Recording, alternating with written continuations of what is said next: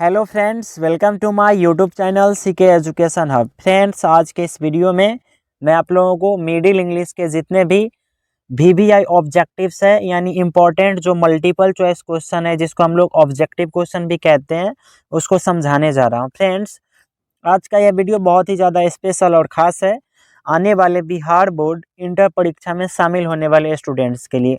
अब आपके एग्जाम में ज़्यादा समय भी नहीं बचे हुए, इसीलिए मैं आपको जल्दी जल्दी चैप्टर वाइज क्वेश्चन में पढ़ा रहा हूँ और समझाने की कोशिश कर रहा हूँ। तो आप लोग फ्रेंड्स इस वीडियो को अंत तक देखेंगे और इसमें समझाया गया सभी क्वेश्चन को ध्यानपूर्वक समझेंगे।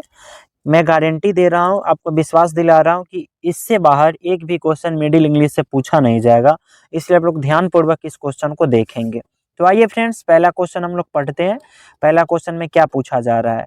पहला जो क्वेश्चन है इसमें पूछा गया है, middle English period is from AD 1150 to AD dot dot dot. यानी ये जो इंग्लिश का जो मिडिल इंग्लिश पीरियड था, यानी सेकेंड जो पीरियड था, ये एडी 1150 से लेके एडी कब तक चला? तो ऑप्शन नंबर ए में दिया गया है 1200 तक, बी में है 1500 तक, सी में है 1800 तक और डी में है 449 तक।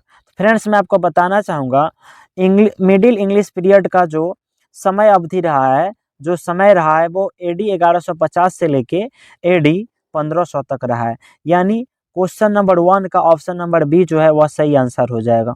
आइए अगला क्वेश्चन नंबर 2 देखते हैं, इसमें क्या पूछा गया है। क्वेश्चन नंबर 2 में पूछा गया है, the rudiments of English grammar was written by. देखिए फ्रेंड्स, यहाँ पर जो ये लिखा गया है the rudiments of English grammar, यह एक बुक का नाम है और इस बुक के राइटर कौन है, यानी लेखक कौन है? ऑप्शन नंबर ए में दिया गया स्पेंसर है, बी में बैकन है, सी में है जोसेफ प्रियेसली है और डी में मिल्टन है। फ्रेंड्स, मैं आपको बताना चाहूँगा the rudiments of English grammar के जो राइटर है, जो लेखक है, उनका नाम है जोसेफ प्रियेसली। यानी क्वेश्चन नंबर 2 का जो ऑप्शन नंबर सी है वह सही आंसर हो जाएगा। आइए फ्रेंड्स अगला क्वेश्चन नंबर 3 देखते हैं, इसमें क्या पूछा गया है। क्वेश्चन नंबर 3 में पूछा गया है, which thing has enriched the vocabulary of English. दोबारा पढ़ दे रहा हूँ इसे, which thing has enriched the vocabulary of English. यानी इंग्लिश का जो वोकैबुलरी है, इंग्लिश का जो डिक्शनरी है, इंग्लिश का जो शब्दावली है, इसको एनरिच्ड कौन किया, इसको समृद्ध कौन बनाया, इसको बड़ा कौन बनाया है? ऑप्शन नंबर ए में दिया गया है borrowing, giving, depositing, all of this. Friends, मैं आपको बताना चाहूँगा इंग्लिश का जो ये वोकैबुलरी है, इंग्लिश का जो डिक्शनरी है, इसको एनरिच किया गया है बोरो करके। क्या करके? बोरो करके, यानी बहुत सारे वर्ड को ना बोरो किया गया है इंग्लिश लैंग्वेज में दूसरे भाषा से। जैसे में फ्रेंच से किया गया है, लैटिन से किया गया है, संस्कृत से किया गया है, डच से किया गया, मतलब बहुत सारे जो लैंग्वेज है ना, बहुत सारा जो भाषा है ना, उसमें से वर्ड्स को, मतलब शब्दों को उधार लेकर इंग्लिश का जो वोकैबुलरी है, इंग्लिश का जो डिक्शनरी है, उसको बड़ा किया गया है, एनरिच किया गया है। यानी ऑप्शन नंबर ए जो है क्वेश्चन नंबर 3 का सही आंसर हो जाएगा। आइए फ्रेंड्स अगला क्वेश्चन नंबर 4 देखते हैं, इसमें क्या पूछा गया है। क्वेश्चन नंबर 4 में पूछा गया है, the British grammar was retain in the year. यानी ये जो ब्रिटिश ग्रामर है ना, ब्रिटिश ग्रामर को लिखा गया है, तो ब्रिटिश ग्रामर को कौन से वर्ष में लिखा गया है, कौन से ईयर में, कौन से साल में लिखा गया है? ऑप्शन नंबर ए में दिया गया है 1676 है, बी में 1762 है, सी में 1782 है और डी में 1772 है। फ्रेंड्स, मैं इसको इंग्लिश में भी बोल दे रहा हूँ क्योंकि बहुत सारे बच्चे हैं जिन्हें हिंदी समझ नहीं आती। ऑप्शन नंबर ए में दिया गया है 1676, बी है 1762, सी है 1782 एंड डी है 1772। तो फ्रेंड्स, मैं आपको बताना चाहूँगा द ब्रिटिश ग्रामर जो है ये 1762 यानी 1762 में पब्लिश हुआ था और इसको लिखा गया था। यानी ऑप्शन नंबर बी जो है क्वेश्चन नंबर 4 का सही आंसर हो जाएगा। आइए फ्रेंड्स अगला क्वेश्चन नंबर 5 देखते हैं, इसमें क्या पूछा गया है। क्वेश्चन नंबर 5 में पूछा गया है, short introduction to the grammar was written by. देखिए फ्रेंड्स, यहाँ पे जो लिखा गया short introduction to the grammar, ये जो है ना, ये भी क्या है, एक बुक है। और किस चीज़ का बुक है? तो ग्रामर का बुक है, इंग्लिश ग्रामर का बुक है। और इसके मतलब जो राइटर है, इसके जो लेखक है वो कौन है, इसके बारे में पूछा गया है। ऑप्शन नंबर ए में दिया गया है रॉबर्ट लॉथ, बी में है विलियम वर्ड्सवर्थ, सी में है बेन जॉनसन और डी में है बायरन। तो फ्रेंड्स मैं आपको बताना चाहूँगा short introduction to the grammar, इसको लिखने वाले हैं बेन जॉनसन। किसने लिखा है? बेन जॉनसन ने। यानी ऑप्शन नंबर सी जो है क्वेश्चन नंबर 5 का सही आंसर हो जाएगा। आइए फ्रेंड्स अगला क्वेश्चन नंबर 6 देखते हैं, इसमें क्या पूछा गया है। क्वेश्चन नंबर 6 में पूछा गया है प्रैक्टिकल ऑफ ग्रामर टंग, ये भी एक बुक का नाम है, प्रैक्टिकल ऑफ ग्रामर टंग, इसको किसने लिखा है? तो इसका ऑप्शन नंबर ए में दिया गया है बेन जॉनसन, बी में स्पेंसर है, सी में विलियम लॉफ्टन है और डी में फ्रांसिस बेकन है। तो फ्रेंड्स मैं आपको बताना चाहूँगा ऑप्शन नंबर सी विलियम लॉफ्टन जो है इसका सही आंसर हो जाएगा। यानी प्रैक्टिकल ऑफ ग्रामर टंग इसको किसने लिखा? विलियम लॉफ्टन ने लिखा है, इसलिए ऑप्शन नंबर सी जो है क्वेश्चन नंबर 6 का सही आंसर हो जाएगा। आइए फ्रेंड्स अगला क्वेश्चन नंबर 7 देखते हैं, इसमें क्या पूछा जा रहा है। तो क्वेश्चन नंबर 7 में पूछा जा रहा है who is the writer of the romance of king Alexander. Friends यहाँ पर जो ये लिखा गया है the romance of king Alexander, यह एक बुक का नाम है और इसमें ना इस बुक के राइटर का नाम पूछा गया है, इस बुक के राइटर कौन है? ऑप्शन नंबर ए में लिखा गया है चौसर, बी में मिल्टन है, सी में कीट्स है और डी में ऑल है। फ्रेंड्स मैं आपको बताना चाहूँगा the romance of king Alexander के जो राइटर है वह है चौसर, इनका पूरा नाम है जोफ्री चौसर। यानी क्वेश्चन नंबर 7 का जो ऑप्शन नंबर ए है वह सही आंसर हो जाएगा। आइए फ्रेंड्स अगला क्वेश्चन नंबर 8 देखते हैं, इसमें क्या पूछा गया। क्वेश्चन नंबर 8 में पूछा गया है वोल्फोन, ये वोल्फोन जो है, ये वोल्फोन भी एक बुक है, वाज रिटन बाय, ये वोल्फोन जो है ये किनके द्वारा लिखा गया है? तो इसका ऑप्शन नंबर ए में लिखा गया शेक्सपियर, बी में है बेन जॉनसन, सी में है वर्ड्सवर्थ और डी में है बायरन। तो फ्रेंड्स मैं आपको बताना चाहूँगा ये वोल्फोन जो है इसके जो राइटर है वह है बेन जॉनसन। कौन है? Ben Jonson. यानी क्वेश्चन नंबर 8 का ऑप्शन नंबर बी जो है वह सही आंसर हो जाएगा। आइए फ्रेंड्स अगला क्वेश्चन नंबर 9 देखते हैं, इसमें क्या पूछा गया है। क्वेश्चन नंबर 9 है, इसमें पूछा जा रहा है Edmund Spenser and Christopher Marlowe belong to dot dot dot. मैं दोबारा पढ़ दे रहा हूँ, ये जो एडमॉन्ड स्पेंसर है and Christopher Marlowe belong to, मतलब ये जो दोनों थे ये कहाँ से बिलोंग करते हैं? Elizabethan, old age, modern age, new age. यानी इसमें पूछा गया है ये जो दोनों राइटर है जिनका नाम है एडमॉन्ड स्पेंसर और क्रिस्टोफर मार्लो, ये दोनों जो है ना कौन से एज से बिलोंग करते हैं? एलिजाबेथेन से, ओल्ड एज से, मॉडर्न एज से या न्यू एज से? तो फ्रेंड्स मैं आपको बताना चाहूँगा ऑप्शन नंबर ए जो है इसका सही आंसर हो जाएगा एलिजाबेथेन। यानी एलिजाबेथेन एज से बिलोंग करते कौन कौन? एडमॉन्ड स्पेंसर और क्रिस्टोफर मार्लो। यानी ऑप्शन नंबर ये जो है क्वेश्चन नंबर 9 का सही आंसर हो जाएगा। आइए फ्रेंड्स अगला क्वेश्चन नंबर 10 देखते हैं, इसमें क्या पूछा गया है। 18th century is also known as, यानी ये मिडिल इंग्लिश पीरियड का जो 18th सेंचुरी है ये जाना जाता है, मतलब किस लिए जाना जाता है? मॉडर्न एज के लिए या ऑगस्टन एज के लिए या न्यू एज के लिए? तो फ्रेंड्स मैं आपको बताना चाहूँगा ये जो 18th सेंचुरी है ना वो ऑगस्टन एज के नाम से भी जाना जाता है। यानी ऑप्शन नंबर सी जो है क्वेश्चन नंबर 10 का सही आंसर हो जाएगा ऑगस्टन एज। आइए फ्रेंड्स अगला क्वेश्चन नंबर 11 देखते हैं, इसमें क्या पूछा गया है। 11 नंबर क्वेश्चन में पूछा गया है the grammar of modern English remained Fairlie. दोबारा पढ़ दे रहा हूँ, the grammar of modern English remained Fairlie. यानी मॉडर्न इंग्लिश का जो ग्रामर है वह रिमेंड मतलब वह रह गया, फेयरली मतलब फेयरली मीन्स होता है अच्छा, तो मतलब रह गया, किस रूप में रह गया?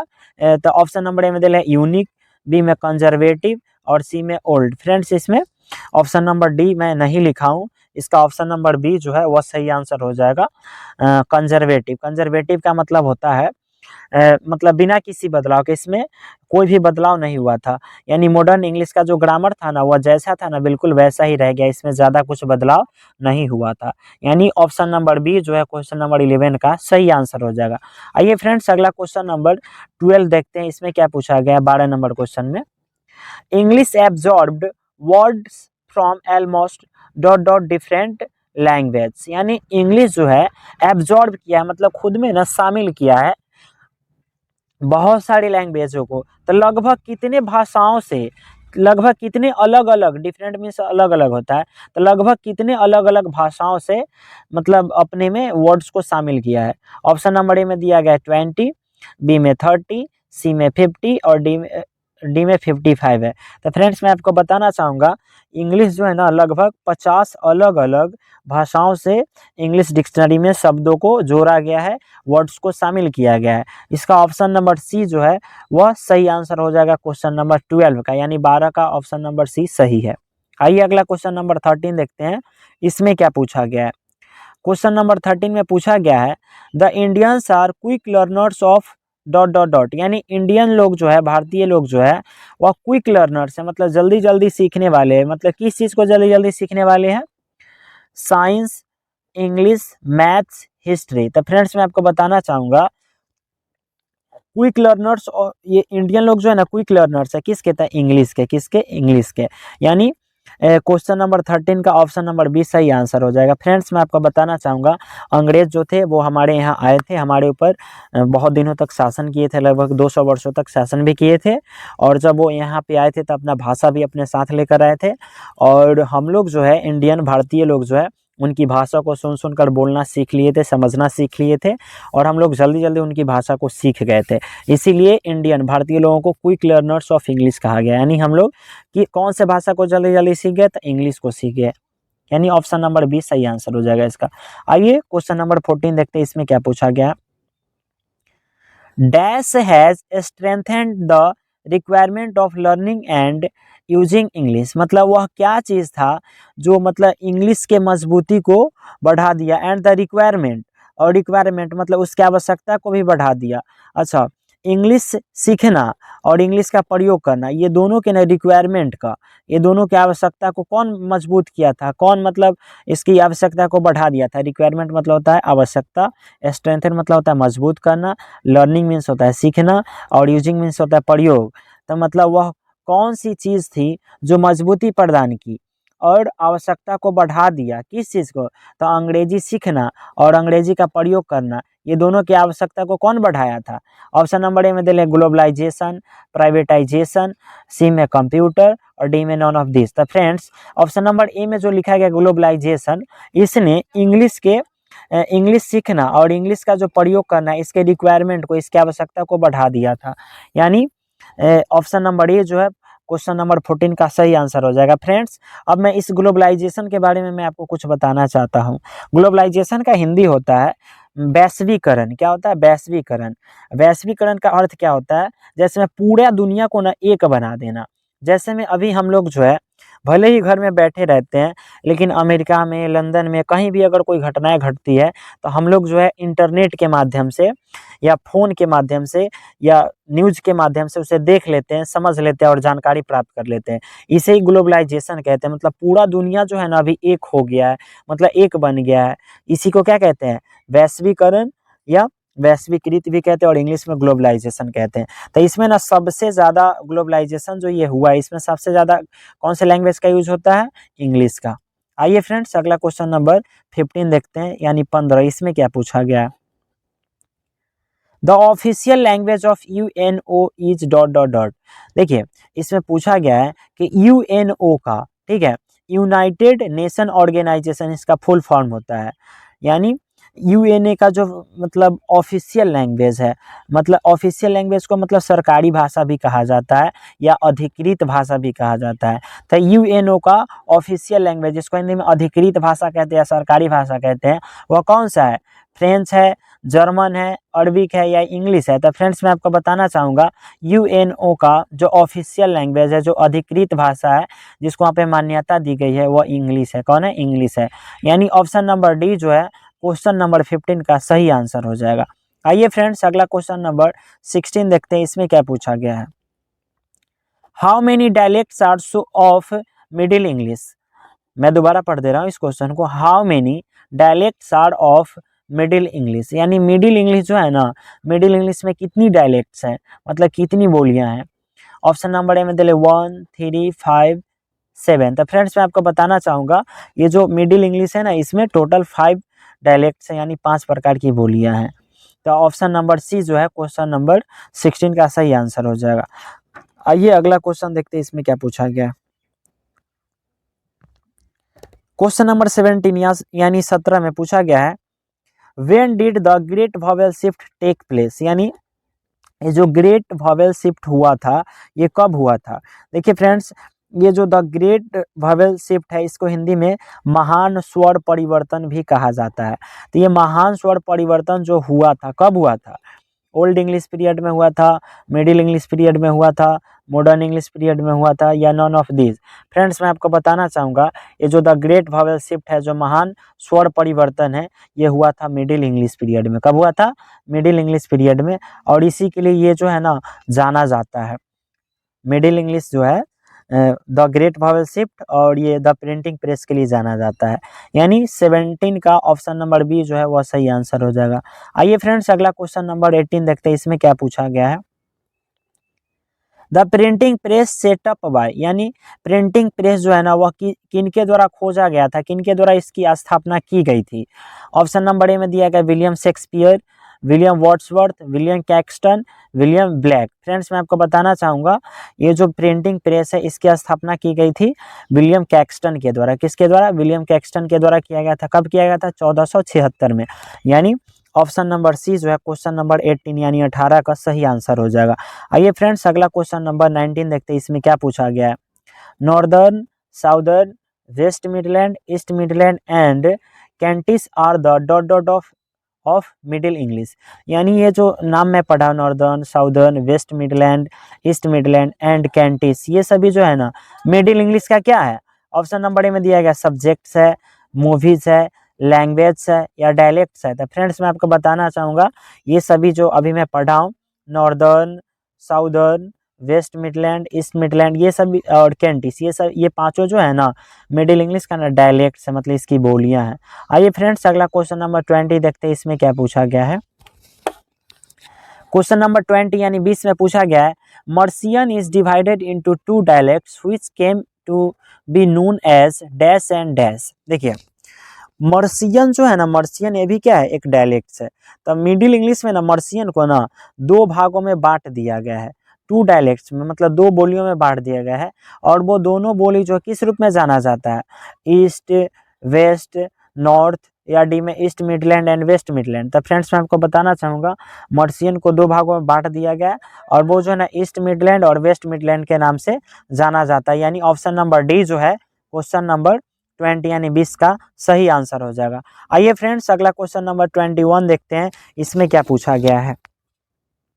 क्वेश्चन नंबर 21 में पूछा गया है, who is the writer of the prologue to the Canterbury Tales and the Canterbury Tales. ये दोनों जो है ना बुक का नाम है। तो ये दोनों बुक के जो राइटर है, ये लेखक है, वह कौन है? तो देखिए फ्रेंड्स, ऑप्शन नंबर 21 का ऑप्शन नंबर ए में क्या दिया गया है? चौसर, बी में गेवर है, सी में लैंगलैंड है और डी में वाइक्लिफ है। फ्रेंड्स, मैं आपको बताना चाहूँगा विलियम चौसर जो है ना, सॉरी जोफ्री चौसर जो है ना, इसके लेखक है। किसके? द कैंटरबरी टेल्स के और the prologue to the Canterbury Tales. ये दोनों के जो राइटर है वो कौन है? जोफ्री चौसर है। कौन है? जोफ्री चौसर। यहाँ पे शॉर्ट नेम दिया गया है। यानी ऑप्शन नंबर ए जो है क्वेश्चन नंबर 21 का सही आंसर हो जाएगा। आइए फ्रेंड्स, अगला क्वेश्चन नंबर 22 देखते हैं, इसमें क्या लिखा गया है। Who is the writer of Meditantis, Vox, Clamantis, Confessio, Amantis? यानी यहाँ पे तीन बुक का नाम दिया गया। पहला कौन सा है? मेडिटेंटिस है, दूसरा है वॉक्स क्लेमेंटिस है, उसके बाद कॉन्फेसियो एमेंटिस है।